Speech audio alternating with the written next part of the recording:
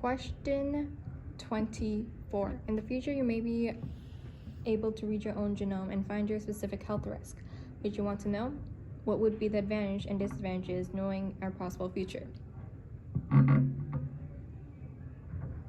The researchers were able to insert a longer stretch of DNA into a nanopore, similar to needle's eye, resulting in comprehensive end-to-end sequence coverage of the whole insert.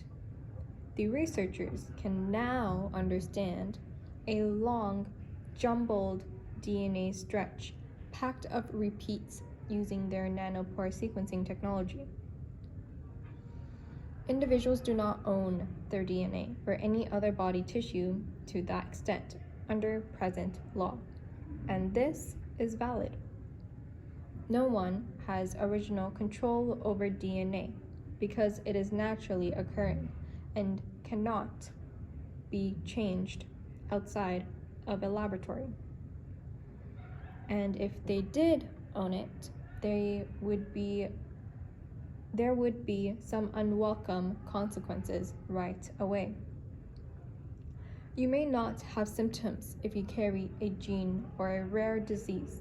However, it may increase your medical expenses. The biggest benefit is that early detection may avert more severe types of sickness or the birth of a sick child in a couple.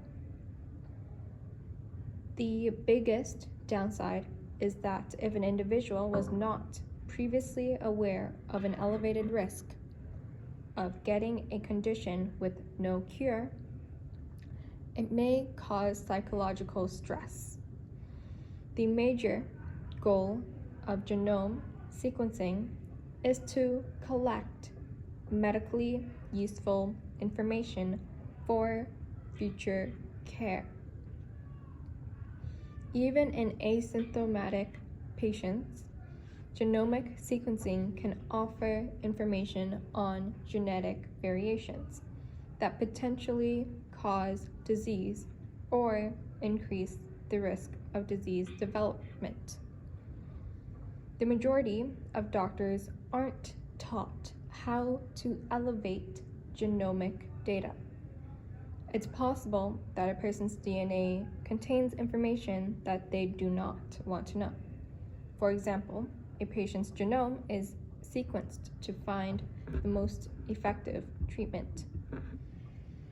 Treatment of disease like chemotherapy for cancer, so I can treat it before it gets worse and chance to live if treated.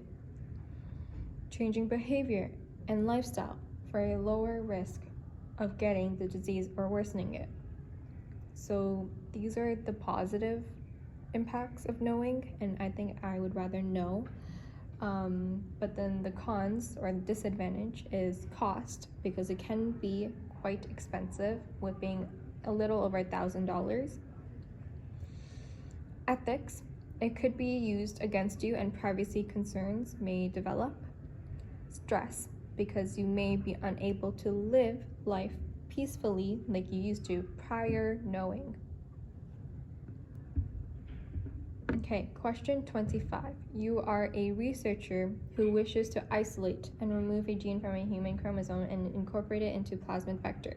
It is important to use the same restriction enzyme to remove the gene from the chromosome. So, it is important to use the same restriction enzyme for removing a gene from human chromosome and for opening up the plasmid ring, because using the same restriction enzyme will generate same sticky ends in the gene as well as in the plasmid. These sticky ends will form complementary base pairs, and thus the excised, so EXCISED gene from human chromosome will get easily incorporated in the bacterial plasmid. For removing human gene from chromosome and joining this gene to the plasmid vector, both human chromosome and plasmid need to be cut with the same restriction. Endonuclease, which will produce same sticky cut end of the gene and plasmid. So the ligase enzyme can join two end of gene and the plasmid.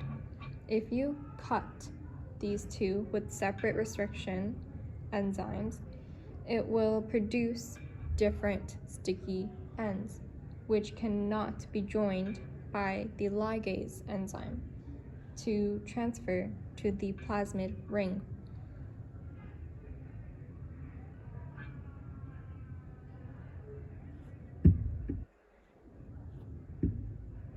Restriction enzymes cut at specific sequences, so that same restriction enzyme must be used because it will produce fragments with the same complementary sticky ends, making it possible for bonds to form between them.